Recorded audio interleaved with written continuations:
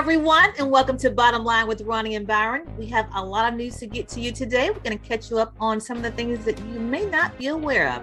And we're going to start with our local news, which is brought to you by Brightway Insurance. Brightway Insurance is located on Caledonia Street. That is 2867 Caledonia Street. And they can give you any type of information regarding any type of insurance. You can call them at 850-633-3460. That's 850-633-3460. So Byron, let's go ahead and get started with the county commissioners meetings. Let's catch everybody up on what's been going on. There's been a lot of things going on, but let's kind of get some of the key information that we can share with the public. What do you have? Yeah, so one of the biggest stories this month that's been going around has been with the back and forth between the Jackson County Board of County Commissioners and Jackson County Sheriff down in Edenfield. So Jackson County Sheriff down in Edenfield is going to the very top in an appeal appealing the budget that was set forth by the Board of County Commissioners, saying that it's not enough for him to carry out his constitutional duties. Now, and basically Sheriff Edenfield put in his budget request, and what was approved, he feels that, wasn't just. And so in this most recent board meeting, he basically decided to continue his appeal after being asked if he would rescind to continue his appeal to the governor's office. So and it's been a very back and forth. Even the county commissioners was even questioning whether or not they were going to continue to use the county attorney to represent them, because she basically was trying to let them know that she didn't feel that it would.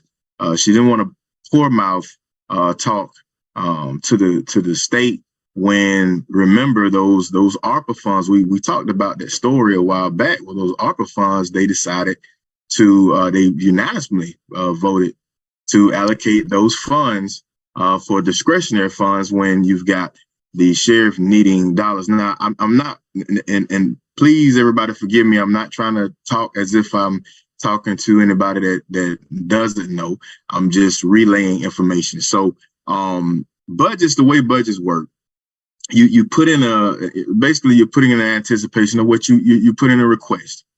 Now, Sherriff Edenfield, over the past year, he's had to come back more and more to request for monies, especially when it comes to gas. They have to burn a lot of fuel and the duties that our sheriff department has to conduct. And so he has to allocate that to his new request. And everybody knows, you always ask for more than you actually need. And you allow, you allow the board or whoever is that governing body to dwindle down the meat and potatoes and give you whatever they decide. But if you're going to base that next annual budget, you want to base it off of, okay, we're going to count for what we had to come and ask over and over again. And then we add that to what we asked for in the very beginning. So a lot of back and forth was going, and I believe I think it was Commissioner Peacock. Basically, they came to the finding that there may have been some mistakes from the finance department, and they wanted to make those adjustments. But Sheriff Edenfield is continuing his appeal to the governor's office and to get some justice in his retrospect for his department. That's pretty gutsy, I think, Byron. Yeah, pretty gutsy. Yeah. Hey, and what it does is it shows you the type of leadership that is willing to stand up for the department, for the people. That's one of the main things we kind of harp on, especially in the military. You take care of your troops, in the Marine Corps and even in the Army. Mission accomplishment is number one. And the very next thing is, troop welfare, taking care of your soldiers, taking care of those under your guard. So, it's a lot more that he has to deal with. And he's been putting in work. He's been putting in a lot of work. So, you support law enforcement, you support our sheriff department. You got to do it, not say it. And that county attorney makes a very good point. It's going to be hard to say that you don't have enough when you just put $1 million each. Just saying. Yeah, I'm just saying. Yeah, so that's kind of hard. Yeah, and we talked about that. When it first happened, although there were two commissioners that did not agree with it, and of course, they were outvoted. So, Yeah. it is what it is. But I am so glad that Sheriff Edenfield is standing up and kind of, taking it further and not backing down. So kudos to him.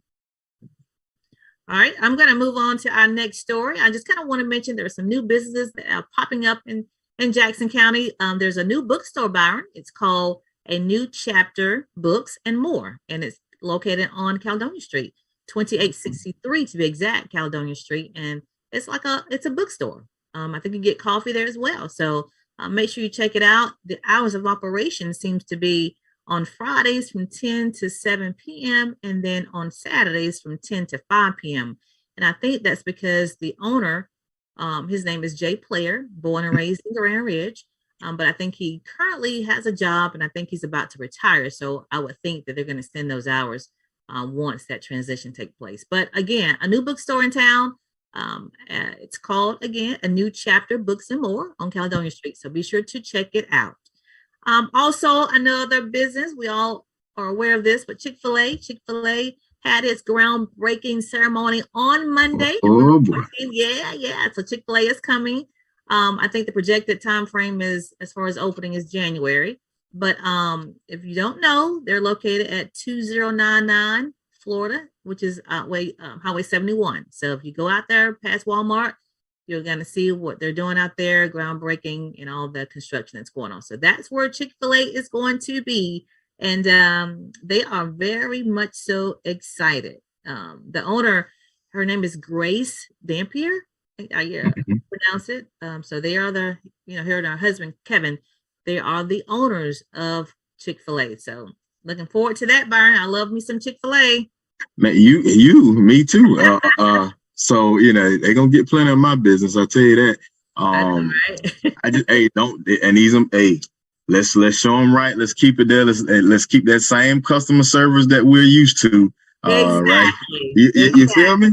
all that little niceness running behind you. Hey, I want to just say you're so pretty. Yeah, all that. Yeah, we want all that here. Exactly.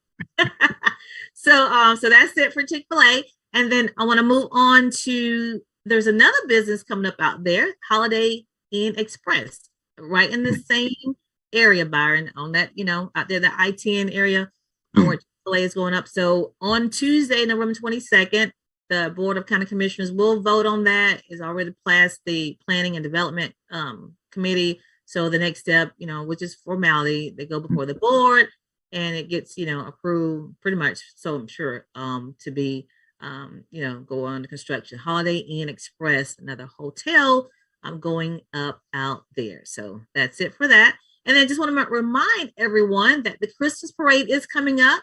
The Mariana Christmas parade is set for December the 2nd at 5:30 p.m.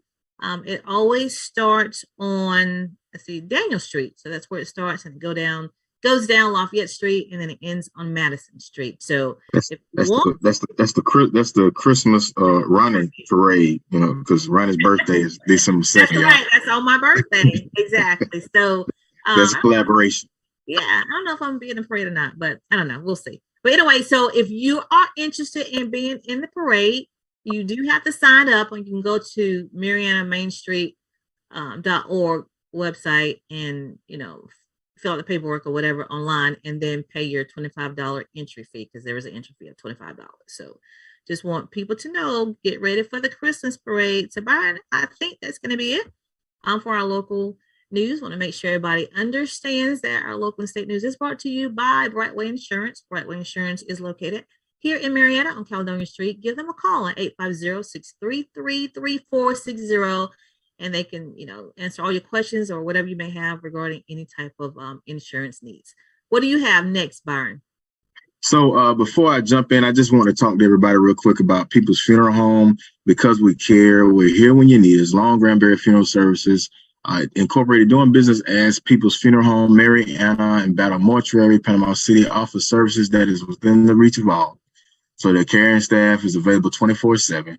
If you want to, please give Cephas and Gwen a call at 850-482-2233, or you can stop by for more information. Again, that's People's Funeral Home. I want to talk, about another local event that recently went down over at the farms at 2X. So if everybody know and understand that It's been my goal to kind of bring a lot of attention and a lot of, just some tourism, if you will, to that northeast side of Jackson County, because that's where I reside. And it's a lot of beauty. There's a lot of things that we're trying to do out in that area. And recently the Jackson County Chamber of Commerce actually did an event. It was called the Farm to Table Dinner.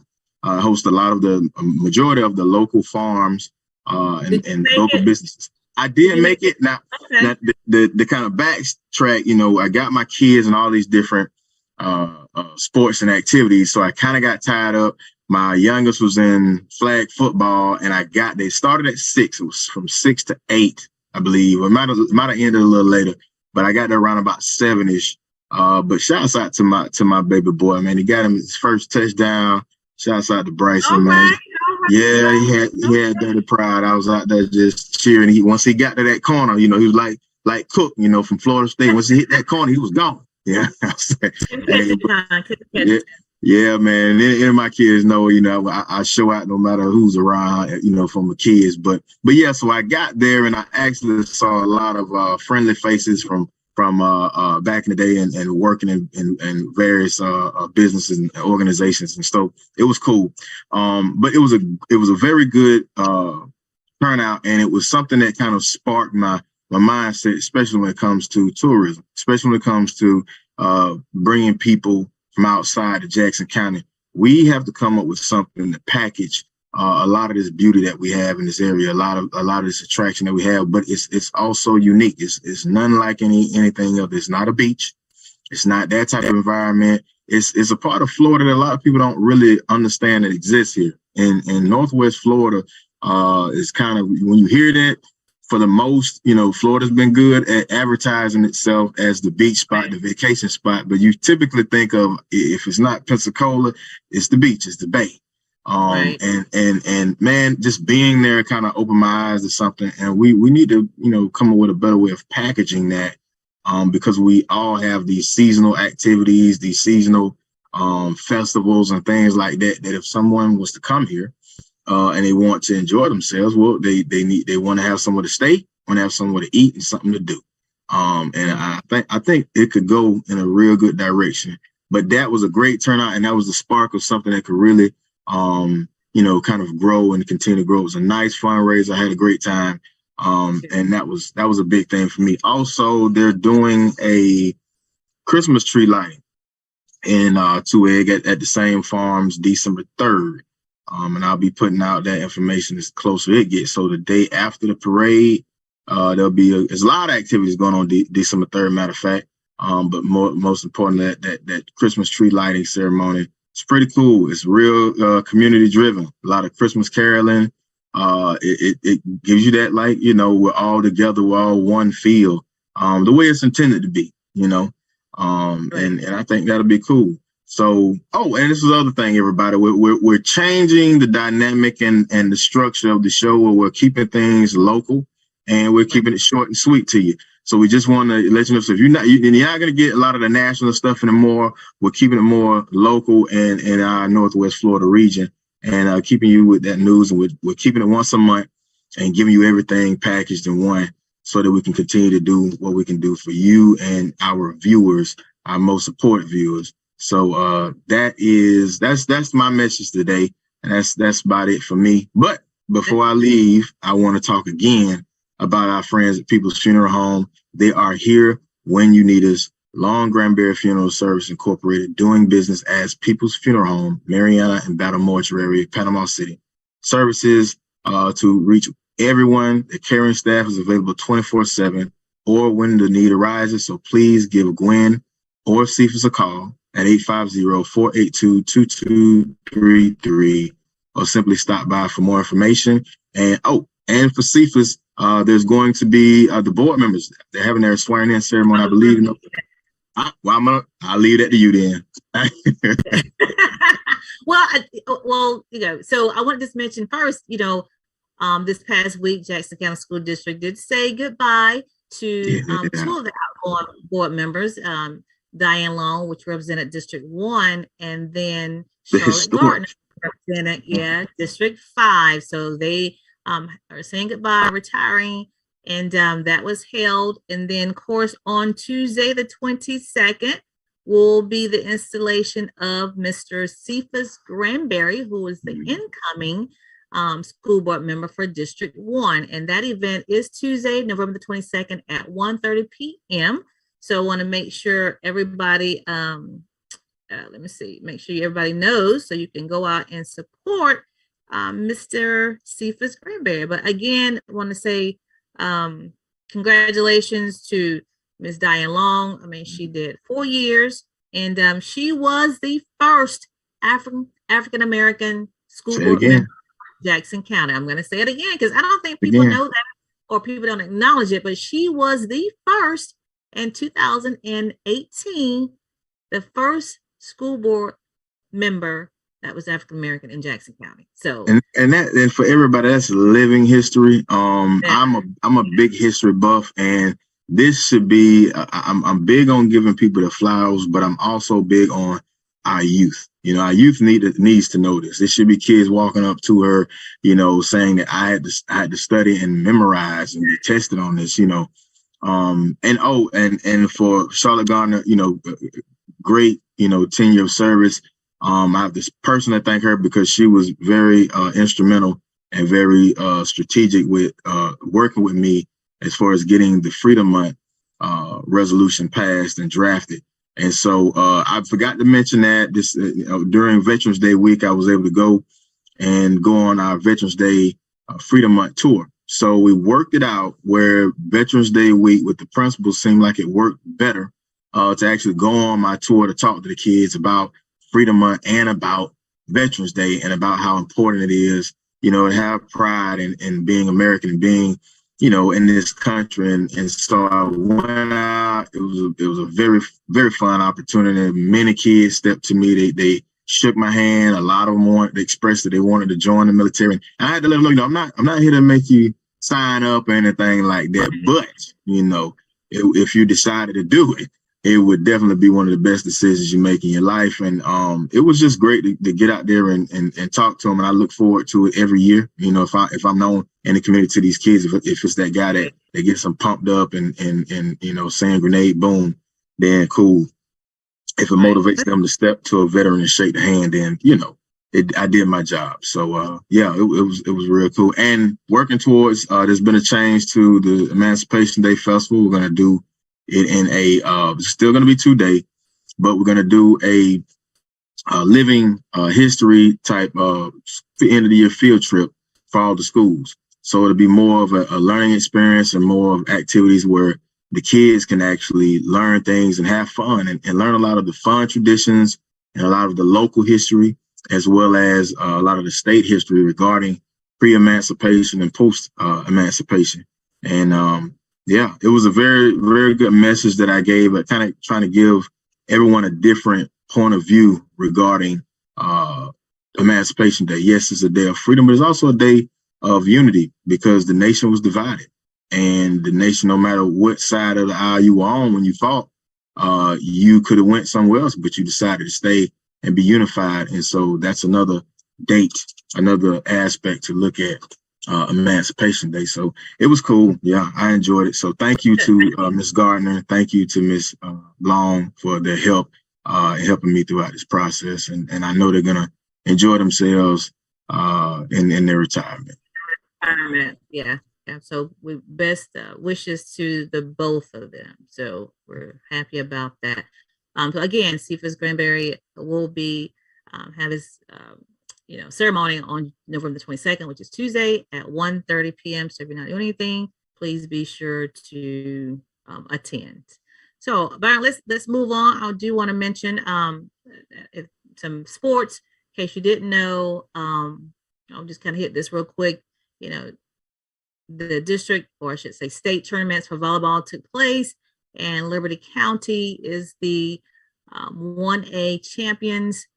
Liberty County, played, I think they played Baker and they won. So Liberty County is the one that beat Sneads. So that's why Sneads did not make it to state this year. And then Liberty County actually won it all. So congratulations to them. Also, we've had some signings to take place. Actually, Olivia Spooner, who is a volleyball player, but she actually signed a scholarship for Chipola. So she'll be playing softball at Chipola. Her name is Olivia Spooner, but she also was on Marion High School volleyball. So congratulations to her. And then speaking of Chipola, well, not so good news for the former coaches of Chipola. They were, I don't know if you guys knew this, but the husband-wife team, Belinda Hendricks and Jimmy Hendricks, they left a year ago and they went to East Tennessee State, which is in Johnson City, Tennessee. But this week they were fired after one season because they were accused of being mentally abusive to the team. So they are no longer coaches at East Tennessee State. Now, Byron, if I'm not mistaken, they spent almost like 18 years, I think, at Chipola.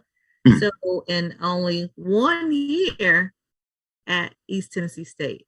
And I'm going to say this because I've, read comments and there are people that came out, matter of fact, from East Tennessee State back in the spring that were complaining. And then now that it's been out, there's some people that have said that they played at Chipola and are saying some of that stuff took place there. So your thoughts? Yeah, things typically, they don't come out of the air, you know what I mean? And no, they don't. It tends to follow you. Yeah, it tends to follow you. So, and I hate to hear that. And this was, how long were they with, what is it, East Tennessee State? How long were they there before they? One season. This is the first season. 1 year. Like one and done, as they say it. One and done. Yeah, that's it. Hey, yeah. This is why, here's another point. Everybody's not going, rock with your cup of tea of how you do things. And when you get to a new place, you got to feel things out and feel the culture of the area, the people. So, I'm not saying this was the case, but I'm just saying with me, for instance, being a Marine, coming from being a tanker, being switched to an infantry unit, and having that mentality where I'm around 250 men. Our language ain't the best, but we are very, we have a lot of bearing. We're very professional in the out, but in the work capacity, it's very intense. There's no room for anything, and if there's no problem with handling things physical, but I couldn't apply that going to the Army and an aviation, field. And it's multi, a lot of different, more women in that field than anything, and it's a lot different. So the conversation, that environment is very different. So you can't apply, and I had to fall back and just learn my way. I couldn't apply everything that I did in this unit versus over in this unit. And see, I think that's a lesson learned because, but let me correct myself. Belinda Hendricks is actually the hired softball coach, but her husband Jimmy helps her, and that was the same setup here at Chipola. So they're a duo, and between the two of them, it says that they had 18 years coaching combined at Chipola, and so I think would have like 3 national titles during that span. So 3 national titles at Chipola. So, but again, there are allegations that came out beforehand, and then it took one season for someone to say something. Just one. Yeah. And see, a lot of those cases too, people, they'll feel like, hey, I got success with this one. I'm not going to change what I do. Exactly. Because you can't tell me, people that was saying something here at Chipola, there was no, valid. It is not valid. And you go to someone else in 1 year, it's like, oh no. So there's something going on here, but somebody probably just decided to do what? Turn blinds out. Yeah, exactly. So, but anyway, they are out, no longer coaches at East Tennessee State. So we'll have to see where they land. But anyway, all right, Byron, I just want to, that's going to be it that I have for sports. You have anything else? We can go into our relationship topic real quick. No, I'm good. Let's hit that relationship tea. All right, I just want to briefly, because we're going to run out of time, but just briefly talk about, how sometimes when you're talking to people, and you probably have seen this, people are content with what they know. But when you try to introduce them to something else, they get mad. Yeah, they're not teachable. They don't want to learn. It's like they just don't want to learn. So if someone is not receptive to something because they've never heard it before, mm-hmm. and they think it's wrong because they've never heard it before, that means there's a problem, right? Yeah. That makes me think about a quote. This professor I used to follow used to say, no matter how much, I'm a smart person, but no matter how much I think I know, a smart person knows that there's 1,000 much more that you don't know.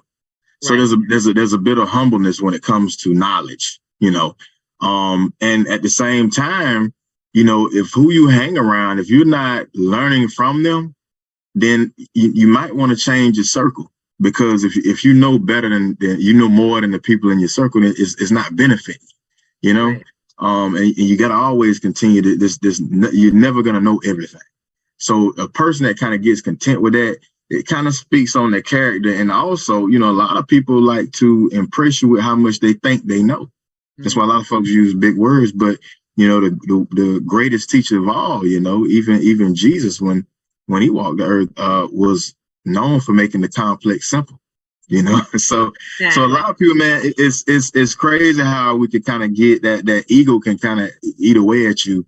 And it speaks to something deeper. It speaks to something that, some people, they work hard to achieve, but it really digs to something, whether it was in adolescence, whether they feel like they didn't, they want to prove something. And once they get to that point, it's like, oh, can't nobody tell me nothing. I know more, or you can learn something from everybody. Exactly. Don't matter if they don't have a degree at all, and it's that arrogance, but yeah, no matter how much I think I know it's a million times more that I don't. And that is what makes you a smart person, Right. So be teachable. Yeah, you gotta be. I mean, teachable. Yeah, it's life lessons and everything. I mean, right. You learn stuff from your children, exactly. You learn something from your animals, you know what I'm saying? It's life lessons and everything, but you have to be humble enough in yourself to even be receptive of that. Right. So right. If it's the ego there, it's speaking more, it's something deeper that's causing that ego to be like that.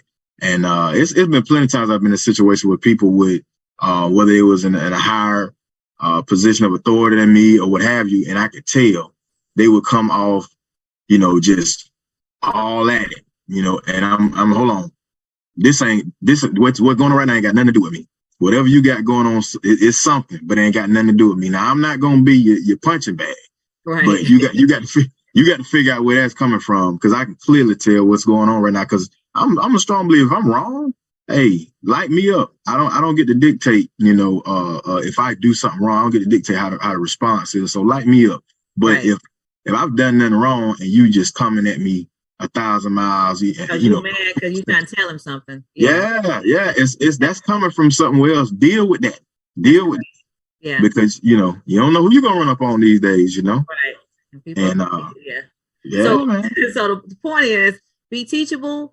And just because you've never heard it does not mean that it's not truth, or it doesn't mean that it's not right. So just because you've never heard it. So don't be content and just, knowing what you know, but be open to learning what somebody else is trying to tell you, and do your research. You don't have to take everything's, Yeah, never do that. Never do that. Always. But just don't shut it down because I ain't never heard of that. Well, you never heard a lot of things, but just don't shut things down like that. So I just thought that was kind of interesting topic that people, because I can see that a lot. People are really just kind of in their own minds, like, if I don't know, it ain't right. Like, well, and then stop associating knowledge with wealth or money. Just because somebody got some money, or just because they got don't mean that equates to them being smart and all knowledgeable. You know what I'm saying? A lot of people do this with celebrities. They think just because somebody's a celebrity, they say something that they just nah, man, they ain't got it all. You probably got the greatest mind living right next door to you, in the same home, but you won't listen to them. They ain't got no sense. Do you ever get that with family members that may live out of town? There we go. Yeah. I'm country. I don't know that. You know what I'm saying? They know more than you. Yeah. Yeah, because you, I guess, and claim a city like you own the whole place. Like, no, Right. it's crazy. But, I hope you guys got something out of that. Just kind of want to give you something to think about. And it's going to wrap up our show. Thank you for joining us. And we'll, bring you something next month and trying to make sure that you are still informed of what's going on in our area. So, Byron, if you don't have anything else, I'm going to say thank you guys for your support. Thank you for watching. And remember this, when you know the truth, you can speak the truth. And the light shines brighter when it shines for two. Have a good evening.